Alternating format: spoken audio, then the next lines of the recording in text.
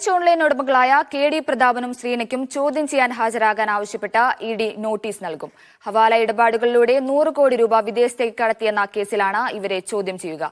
ഇന്നലെ ഉടമകളുടെ വീട്ടിലും ഓഫീസിലും ഇ.ഡി. നടത്തിയ റെയ്ഡ് 10 മണിക്കൂർ നീണ്ടുനിന്നു. ലാഭവിഹിതവും മറ്റാനുകൂല്യങ്ങളും നൽകുമെന്ന് വിശ്വസിപ്പിച്ച് നിക്ഷേപം സ്വീകരിച്ച പ്രതികൾ ഇത് വിദേശത്തേക്ക് കടത്തിയെന്ന പരാതിയുടെ അടിസ്ഥാനത്തിലാണ് ഇന്നലെ ഉടമകളുടെ വീട്ടിൽ ഇ.ഡി. റെയ്ഡ് നടത്തിയത്. ഇ.ഡി. റെയ്ഡിനു മുമ്പ് ഹൈറിച്ച് ഓൺലൈൻ ഉടമകളായ കെ.ഡി. പ്രതാപനും ശ്രീനയും മുങ്ങിയിരുന്നു. 3000 പേരിൽ നിന്നും 5 ലക്ഷം രൂപ വീതം വാങ്ങി സ്വരൂപിച്ച 150 കോടി രൂപയിൽ 100 കോടി രൂപ ഹവാല ഇടപാടുകൾ വഴി കമ്പനി ഉടമകൾ വിദേശത്തേക്ക് കടത്തിയെന്നാണ് പരാതി.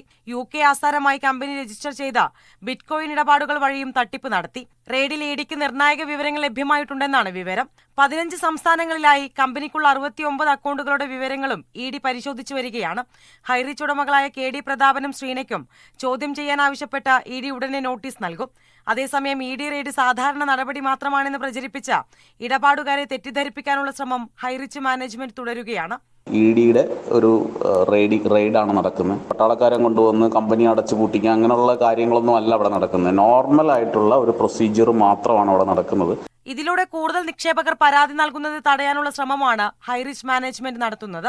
ഹൈറിച്ച് ഓൺലൈനുമായി ബന്ധപ്പെട്ട് 1630 കോടി രൂപയുടെ തട്ടിപ്പ് നടന്നെന്നാണ് പോലീസ് റിപ്പോർട്ട്. ഇത് കേരളം കണ്ട ഏറ്റവും വലിയ തട്ടിപ്പാണെന്നാണ് പോലീസ് പറയുന്നത്. മീഡിയ 1 തൃശൂർ.